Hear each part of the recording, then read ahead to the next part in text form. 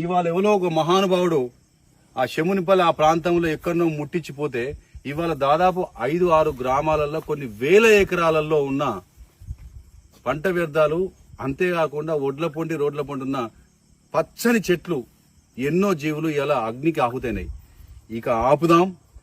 నాగరికత ఉన్న ప్రతి మనిషి, నాగరికత తెలిసిన ప్రతి మనిషి కూడా ఈ విషయంలో ఇది ఒక ఉద్యమంగా చేపట్టి మన భూమి మీద ఇవాళ ఎవరో ఒక మహానుభావుడు ఆ శమునిపల్లి ఆ ప్రాంతంలో ఎక్కడనో ముట్టించిపోతే ఇవాళ దాదాపు 5-6 గ్రామాలలో కొన్ని వేల ఎకరాలలో ఉన్న పంట వ్యర్థాలు, అంతేకాకుండా రోడ్ల పొంటి ఉన్న పచ్చని చెట్లు, ఎన్నో జీవులు ఇలా అగ్నికి ఆహుతైనాయి.